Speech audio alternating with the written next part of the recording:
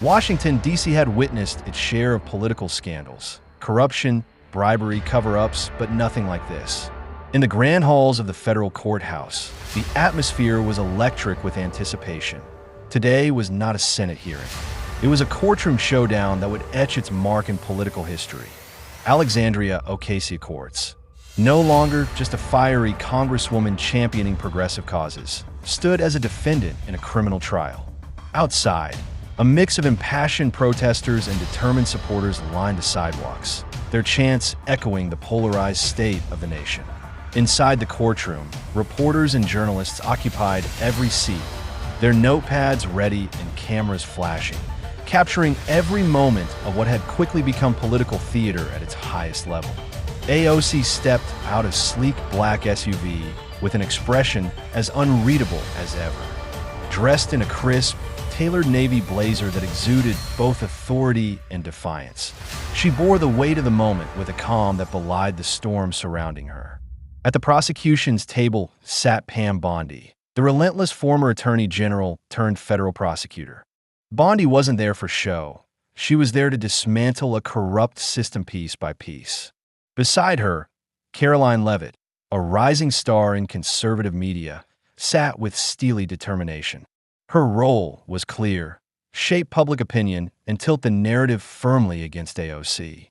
The judge, a seasoned, older man with a reputation for impartiality but little tolerance for political theatrics, entered the room with measured steps and tapped his gavel.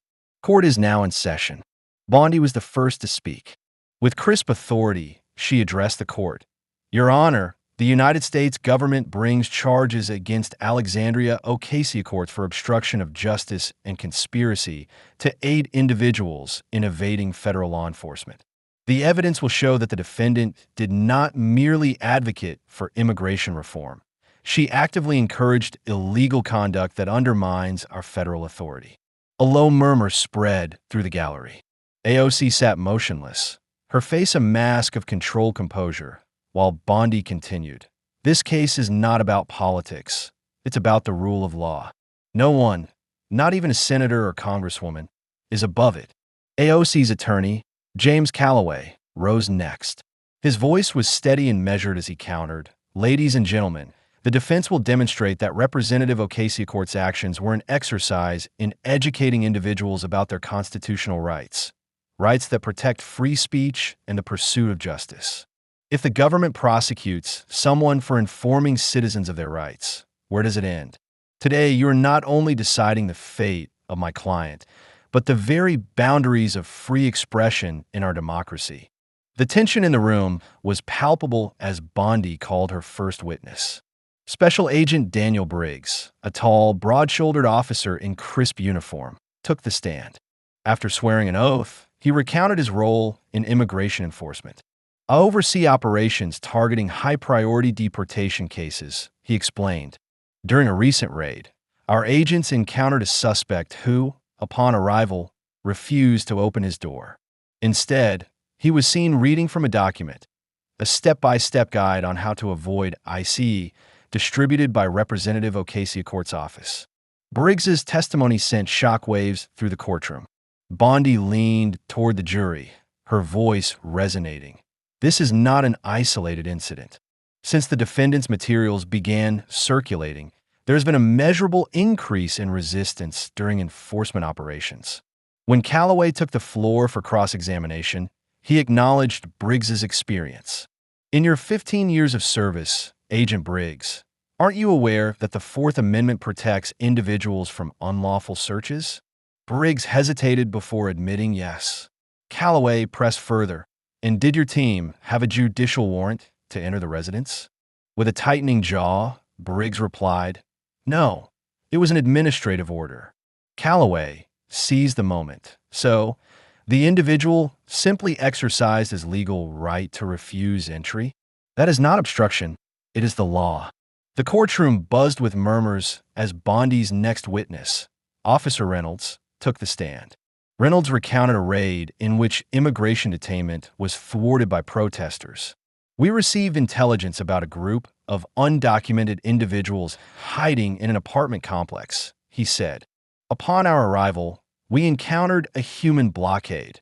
People reading from a Know Your Rights pamphlet distributed by the defendant's office.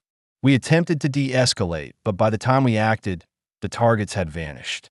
Bondi's tone was unyielding as she asked, "Officer Reynolds, do you believe that Representative Ocasio Cortez's rhetoric encouraged these individuals to resist ICE?" Without hesitation, he replied firmly, "Yes." His testimony painted a vivid picture. Materials that, while couched as legal education, had directly led to a breakdown in enforcement operations. Callaway countered by questioning whether making law enforcement's job more difficult equated to criminality. "Ladies and gentlemen," he declared, "the right to exercise one's constitutional freedoms is not a crime. If we begin criminalizing the dissemination of legal rights, we risk eroding the very freedoms this nation was built upon." As the day wore on, the courtroom drama intensified. Caroline Leavitt, known for her shrewd media tactics, took the stand as a prosecution witness. With a hint of a smirk, she testified, "Representative Ocasio Cortez's influence is massive. Her words don't just reach thousands, they reach millions, creating chaos on social media and in communities. When she tells people to resist, they listen." Her candid admission sent ripples through the gallery, reinforcing Bondi's case that the defendant's messaging was more than mere education. It was incitement. Throughout the trial, each witness and piece of evidence added to the complex mosaic of accusations and defenses. Pam Bondi's strategy was clear: expose the systematic misuse of power and hold AOC accountable for undermining federal authority. Yet, every time Bondi delivered a powerful blow, Callaway skillfully reframed the narrative, emphasizing the sanctity of constitutional rights and the fundamental freedom of speech. The turning point came when Bondi called the final witness, Tom Mann, a former acting director of ICE. Mann's testimony was delivered with a quiet intensity. "Representative Ocasio Cortez's actions," he asserted, "have directly impeded our ability to enforce federal immigration laws. Her materials have emboldened resistance, allowing individuals to evade arrest and undermining the rule of law." His words, delivered with clinical precision, struck at the heart of AOC's defense.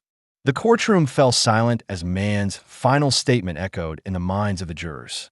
After a series of intense cross-examinations and heated exchanges, the day drew to a close.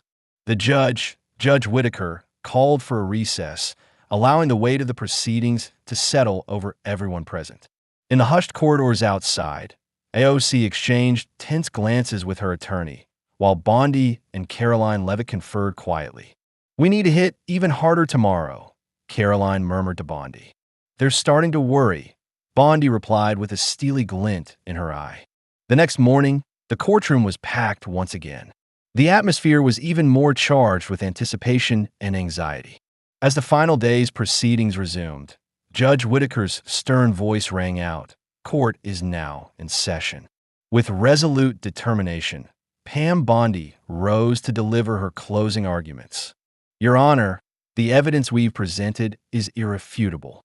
From the testimony of our agents to the expert opinions of our witnesses, it is clear that Representative Ocasio Cortez's actions were not merely the exercise of free speech. They were a deliberate act of obstruction against federal law enforcement. No one, regardless of their political standing, is above the law. Today, we ask you to send a strong message that corruption and the subversion of our legal system will not be tolerated." AOC's defense team, led by James Callaway, offered a final rebuttal, cautioning that criminalizing the dissemination of legal rights could set a dangerous precedent for free expression. "This case is about protecting the Constitution," Callaway argued. "We must be careful not to conflate the right to inform with the act of inciting illegal behavior. Representative Ocasio Cortez was educating the public. If we criminalize that, we risk undermining the very freedoms that make our nation great." The tension in the courtroom was nearly palpable as the jury retired to deliberate. Hours later, the verdict was delivered. With a resounding thud of his gavel, Judge Whitaker declared, "Guilty of obstruction of justice." A collective gasp rippled through the courtroom. AOC's face fell as the reality of the verdict sank in, while Bondi allowed herself a subtle, hard-won smile. In the aftermath, as federal marshals stepped forward to escort a stunned AOC from the courtroom, the charged atmosphere gave way to a mix of relief, disbelief, and contemplation. Pam Bondi had delivered her final blow, and while the battle over public opinion was far from over, the day's events had marked a historic turning point. Outside, the media swarmed, and social media exploded with reactions. Headlines flashed across screens. AOC faces criminal charges, the final blow delivered. Amid the chaos, Bondi, Levitt, and Calloway exchanged determined looks, knowing that this trial was just one chapter in a much larger struggle for accountability and justice. As the courthouse doors closed behind the departing defendant, the nation was left to ponder the profound implications of the verdict. In a world where the lines between political theater and the rule of law increasingly blurred, one thing was clear. When those in power abuse their authority, no amount of rhetoric or resistance can shield them forever.